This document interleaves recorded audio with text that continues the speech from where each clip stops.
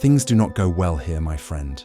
Manshoon, in his insanity, is gathering powerful wizards, clerics, and warriors throughout Zhentil Keep for some insane purpose.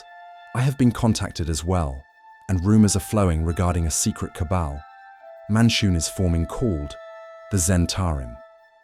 I fear the growing evil of Zhentil Keep may soon spread beyond the Moonsea, and we will be helpless to halt it. This may be my last contact with you, for I fear for my life. It is difficult to tell whether Cormyr, nay, all of the realms, would be safe from the unbalanced mind of Manshoon. What his exact plans are, only his inner circle has even a hint at. Rest assured, this black network will only bring sorrow and destruction upon us. For the good of the land, I will stay to discover what I can. Should I not return, may Mystra guide and keep you through the years, my friend. A letter from Nalan of Cormyr, War Wizard of Cormyr, and spy in Zhentil Keep, to Vangadahast, Royal Court Magician of Cormyr, 1269 DR. Nalan was never heard from again. The hour was late when the awaited knock on the door came. Without a care as to who it may have been, Manshoon whispered, "Enter, Fzoul." Cloaked in dark robes, the High Priest of Bane stalked into the audience hall of the Tower High, shaking the rain from his garments with disgust. As his hood fell away, the look of animosity revealed on the priest's face could have struck dead the most ancient of dragons. The effort was wasted on Manshoon. "I'm so pleased you could pull yourself from your meditation this evening, Lord Fzoul," Manshoon said coldly. "As always, it is a pleasure to share your company." "Spare me your worthless prattle, Manshoon," snapped the priest. "'Tis a wet and cold night throughout the keep, and I prefer the damp air and unwashed masses next to your company. Whatever reason you have for calling me here, it had best be a good one, or my Lord Bane shall look with ill favour upon you." "As cordial as ever, my friend," replied Manshoon as he walked over to a cabinet and pulled forth a dusty bottle.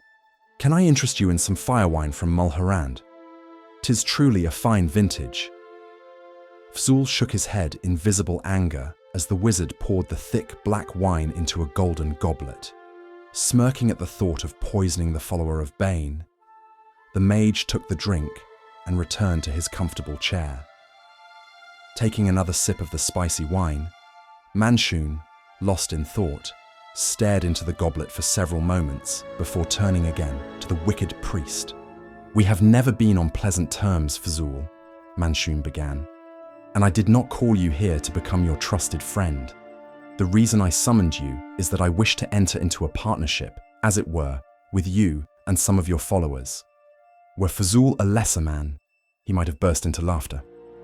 "In the name of Bane," hissed the priest, "what in the realms would make me want to join you in any venture? Power, my dear Fzoul. Power. It is my intention to form a network of spies and assassins, more vast and powerful than anything you or the petty lords of Zhentil Keep presently have, controlled by those loyal to my inner circle. This dark network will help us dominate trade and communities across the Moonsea and beyond. The formation of this organization, which I've named the Zhentarim, has already begun. I am offering you a place in the Cabal's inner circle. Consider your answer wisely, my friend. The offer will not be repeated." The threat was not lost on the priest of Bane, and neither was the potential in the mage's offer. The slow sipping of wine was the only sound in the room for several minutes, as Fzoul studied Manshoon intently, as if the consequences of such an alliance could be divined in the lines on Manshoon's face. After a while, the priest whispered, "What's in it for me?" A sinister smile crossed Manshoon's lips so swiftly that Fzoul was not sure if he had actually seen it through the shadows of the room. "I have heard you and the High Imperceptor in Mulmaster are not on the best of terms lately, my dear Fzoul. The Zhentarim could arrange for a fall from grace for the dear Imperceptor among the faithful of the Keep, leaving you sole control of the priests of Bane here, and that is only the beginning. With the support of the Church of Bane, combined with the wizards under my control, dominance of the Moonsea would be ours. That is, of course, if your all-powerful deity supports you. The lust was spoken with more than a hint of sarcasm, and was an insult Fzoul would not soon forget. Though Fzoul did not trust Manshoon, he was intrigued by what the mage had to say. After another moment of thought, Fzoul stood and headed for the door. "I must consult my lord before joining your Zhentil wizard. I will return tomorrow with an answer. May Bane smile upon you, Lord Manshoon." Pulling his robes tight, Fzoul Chembril returned to the dark shrine, leaving a smiling Manshoon behind. With the priest gone, a shadowy curtain in the rear of the chamber moved to the side, and one of Manshoon's apprentices stepped forward. "Do you think he'll join?" whispered the disciple.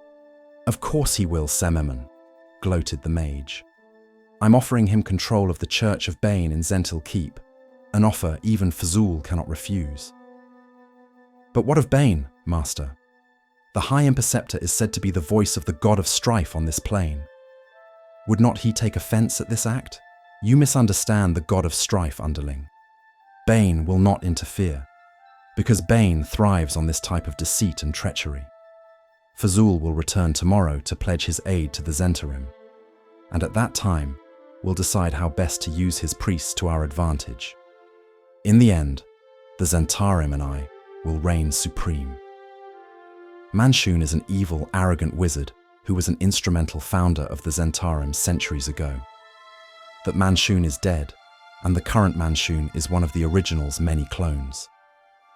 Being a magical copy, rather than an original, doesn't make Manshoon any less of a threat, as he's amassed magical skill and political influence he uses for his own gain. He considers the Zhentil to be only one tool to amass personal power, and he casually sacrifices minions once they've outlived their usefulness. For the evil, vindictive lord doesn't care who suffers, so long as he's able to crush his many enemies and force his subjects into paranoid and eager obedience.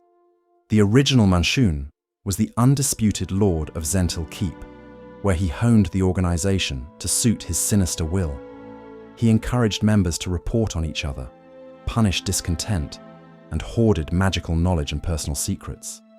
The Zhentil wouldn't have become the organization it is today, one where treachery and subterfuge are the order of the day, without Manshoon's formative influence. The evil megalomaniac made many enemies and sought to preserve his power by crafting several clones. A magical accident decades ago caused all his clones to activate at once and fight against one another in a devastating conflict called the Manshoon Wars. The original Manshoon and all but 3 of his clones were killed, and today only a single Manshoon is believed to be active in Faerun. Manshoon subtly cultivates this belief to keep his true forces hidden. Although contrary to popular belief, the wizard seems to be a young man, but he is significantly older than he appears, and his mind harbors the skills and knowledge of an even older version of himself. One of Manshoon's enemies, Hallister Blackcloak, removed Manshoon's left arm at the elbow. Manshoon now uses a mechanical prosthetic arm. "Greetings to you, lad. Would you care to join me in a cool draft of Sayalunian Special Vat? I confess to finding it in your cellar." The eminent mage took the top sheet from a sheaf of handbills on the table. "You have been hard at work, it would appear. Citizens of Cormyr. It's a proclamation from King Fzoul," I explained as I sank, glass in hand, into the other chair. "It's getting posted all over the kingdom. It's a warning about agents from Zhentil Keep. Basically, it says they are supposed to be captured, or, failing that, killed on sight. And stripling?" the mage asked, noting my pause. "It seems rather harsh." Elminster puffed on his pipe and blew the smoke at an annoying cloud of gnats drifting in through the open window. "Harsh would all depend on whether your good king means Zhent or Zhentil here. The good folk of Shadowdale say, 'Kill a Zhentil on sight.' He'd do the same for you. They have a few other choice sayings too, like, 'Mind the barn when it's full, not empty,' and..." Elminster drew in a mouthful of sweet smoke from his pipe and set it aside for a taste of wine. The pipe puffed contentedly by itself until he reached to take it up again. "The Zhentil are the most dangerous of this wicked lot. They can be found anywhere, not just in Zhentil Keep. In some cities they are called the Black Network, and it is a name that well suits them. In theory, the Zhentarim serve only one master, Manshoon, Lord of the Zhentarim. Elminster's lips curled with a tinge of distaste at that name. Manshoon built the Zhentarim years ago as his own network of spies and assassins. He was just setting himself up as High Lord of the Keep and did not trust his fellow Zhents or Zhentarim. Now there is a point I agree with him on. There is a saying in Mulemaster taverns that fear and loyalty are the same word. The Red Cloaks know quite a bit about that too. There was a time when I unsubtly coughed, and Elminster stopped to gaze at me with irritation. I was about to say, the mage archly continued, that I saw an entire Zhentalar patrol change sides as soon as their Zhentarim commander was killed. Not that it did them much good, because when word reached the Zhentarim, everyone in that patrol was hunted down and slain as an example to others. As long as Manshoon stays strong, the Zhentarim are loyal to him, or at least most of them are. Like every Zhent, they are ambitious and scheme against themselves almost as much as they do the outside world. There is always at least one plot festering against Manshoon, but I do not think he will fall to one of his underlings. He has been known to disappear for a time. Why, I've even spread rumors of his death just so his enemies or allies would trip their hands. In the last century, Manshoon, a warrior of renown, became First Lord of Zhentil Keep. The First Lord was, by tradition, a sort of chairperson of the Council of Lords. This was unusual since he was not a merchant, priest, or mage, but a commander of the Zhentalar troops. Some took his rise as an ill-omened sign of the military's growing might. It was no surprise that his chief rival among the city's lords was Kalkontor, a skilled mage, for the mages of the Zhentalar bristled at the thought of their sword-wielding counterparts rising to such heights. Manshoon's sons, Asmuth and Manshoon, were a pair of ruthless, depraved, swashbuckling rakes who terrorized the common folk with cruel pranks and destructive roistering. Their chief friend and companion in this was Chess, son of Kalkontor.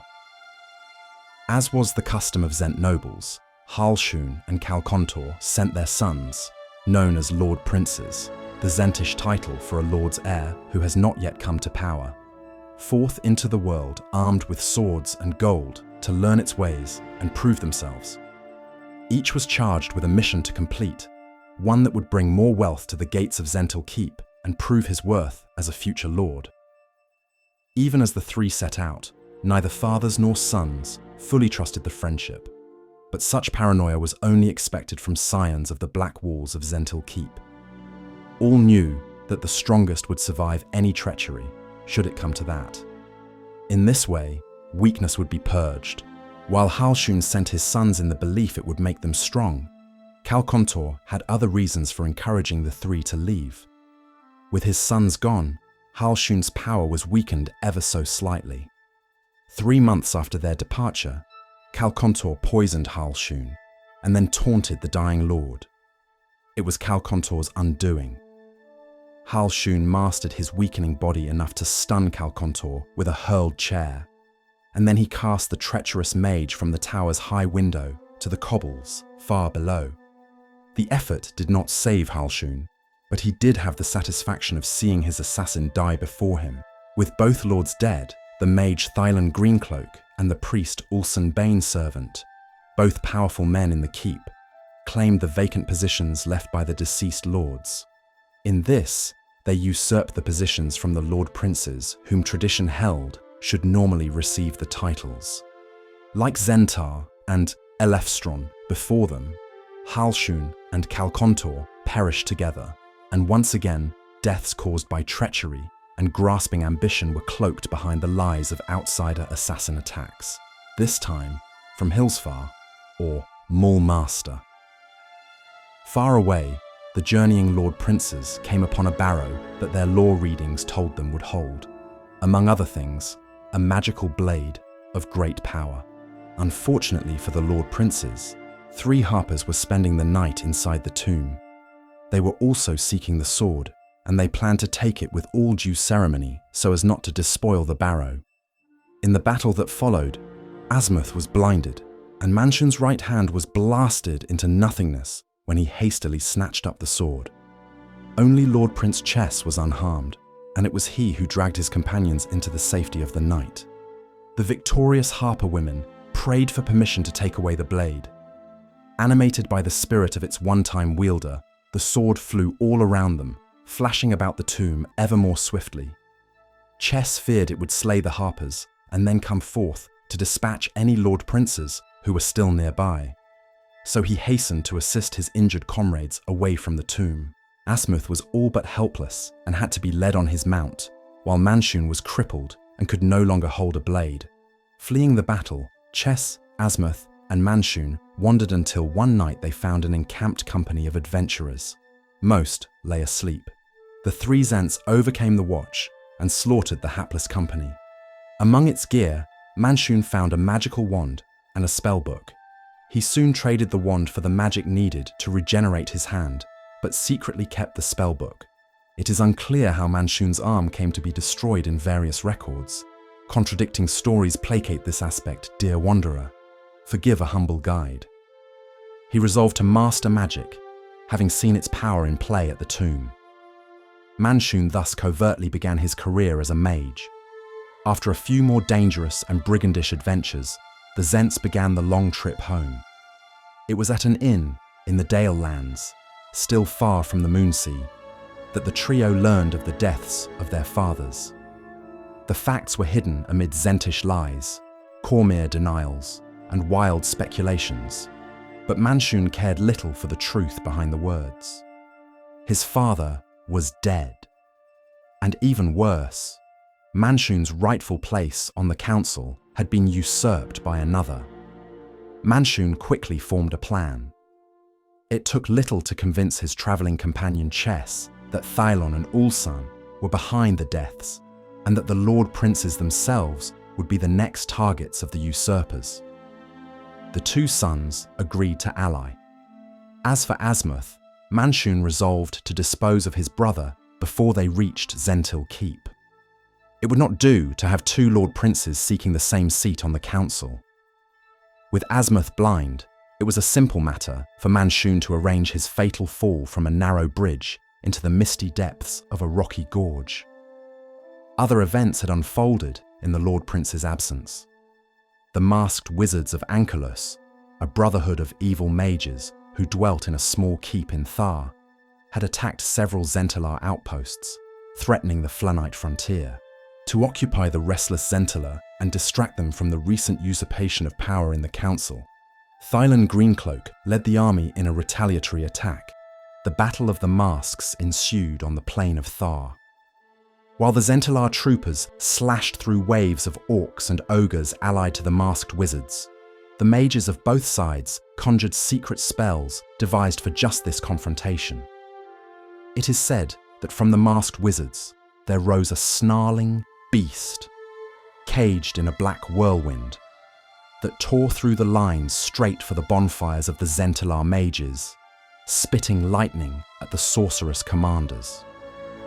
Meanwhile, the Zhentilar wizard churned forth a river of boiling lava that flowed toward and then over the tower of their masked foes. By dusk, the leaders of both sides had perished, destroyed by the magic their enemies had released. The humanoids, suddenly without their masters, withdrew from the fight, leaving the battered Zhentilar to hold the field. The citadel Ankylos was reduced to a half-melted smoking ruin, and in Zhentil Keep, the Lord Ulsan was left alone holding power, the other lords thoroughly terrified of his cold, depraved cruelty and the power of the priesthood he commanded. When Chess and Manshoon returned to the city, priests promptly tried to assassinate them, clearly on Ulsan's orders. Cool-headed plans for such contingencies, Manshoon's emerging magic, and a dash of good fortune saved them. These did not, however, save the townhouse of Lord Vileshar, where Manshoon was supposed to be staying, or the Spitted Man Alehouse next door.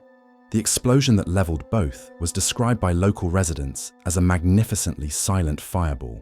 The blast seemed to stretch Manshoon's luck to its limit. Within days, Lord Prince Chess defected to Ulsan's side in exchange for Thielen's seat on the council. Still pretending loyalty, Chess arranged to meet Manshoon and thus draw him into a trap for Ulsan's assassins. Manshoon's future looked very short and bloody. Overconfidence is a terrible thing, as Ulsan soon learned. Without realizing it, he had become the victim of a classic double cross, a Zent deal, another Daleland's phrase. Chess had faked his betrayal and was following Manshoon's plan.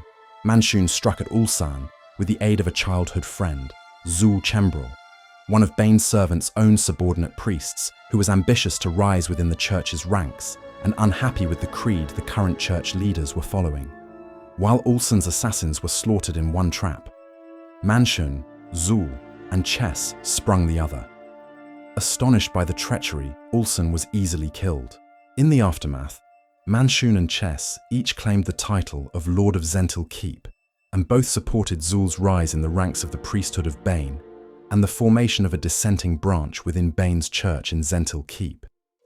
Mindful of his exposed position at the pinnacle of power in Zhentil Keep, Manshoon immediately set about creating a secret organization, the Zhentarim, that would support him, his rule over Zhentil Keep, and his ambitions throughout the rest of the realms. Fzoul was an early recruit, for the priest saw membership as a means to seize the leadership of his church. Under his influence, many of the lower priests of Bane joined this network against the will of the old-school church hierarchy, secretly breaking with what they saw as the outdated doctrines of the orthodox leader of the Banite religion, the High Imperceptor of Bane, in Mulmaster.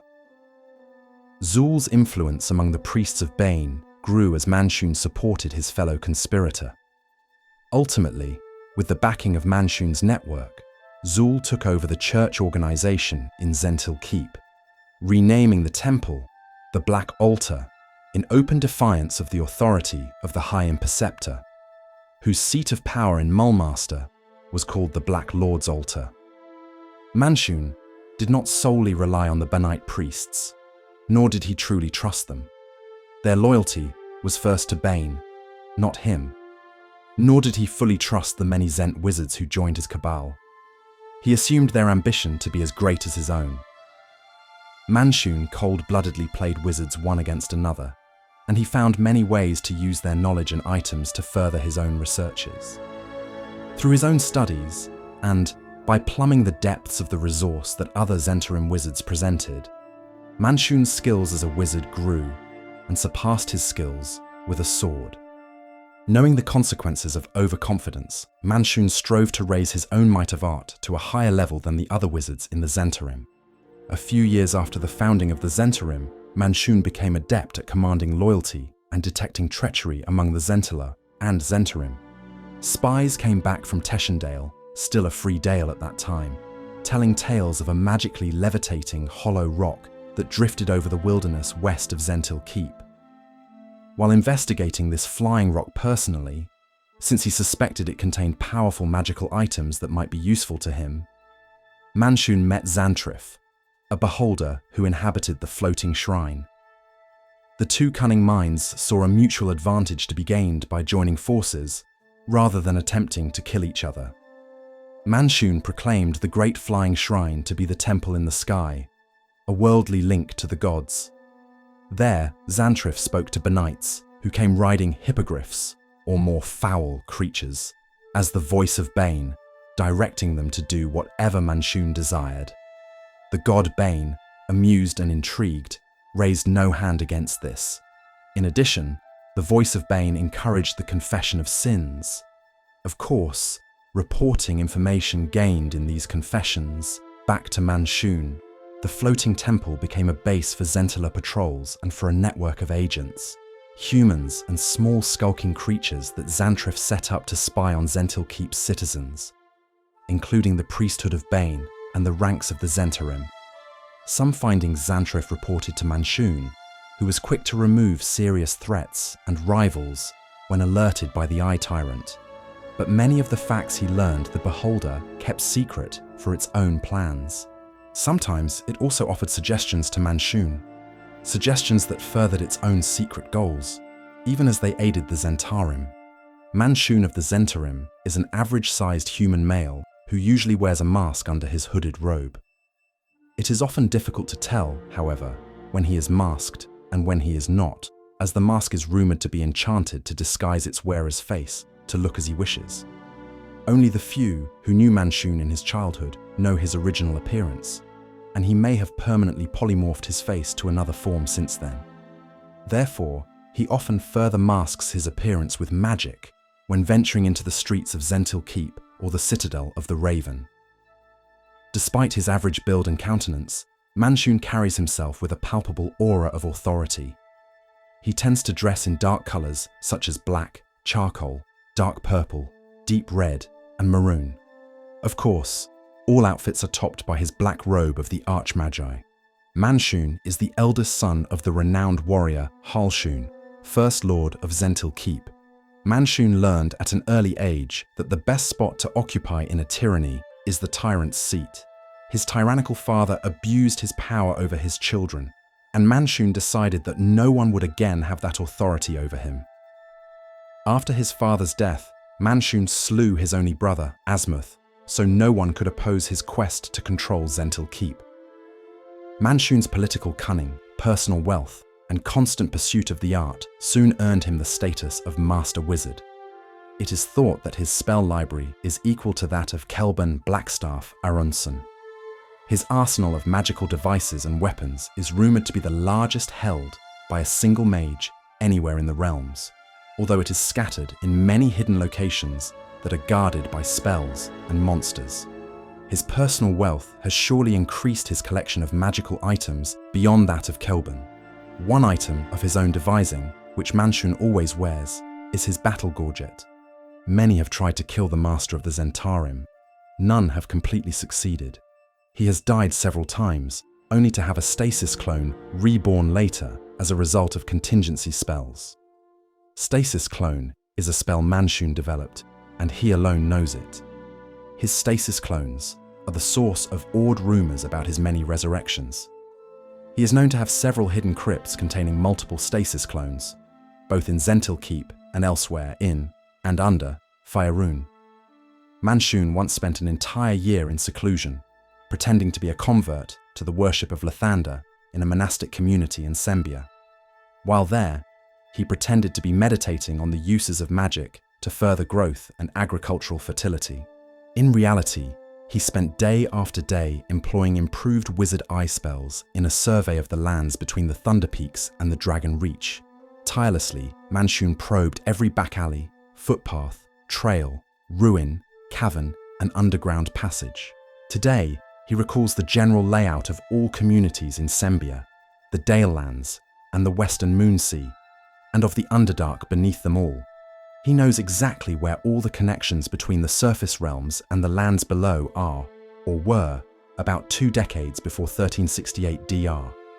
He has exhaustively examined, committed to memory, and used locales suited for lookout sites and for seclusion throughout both the surface and underground areas, so that they are either studied carefully or very familiar destinations for teleport spells. A few years after the time of troubles, Manshoon began relocating the Zhentarim base of operations from Zhentil Keep to the citadel of the Raven. This realignment was due mainly to the insane preoccupation of Cyric, Prince of Lies, with the city.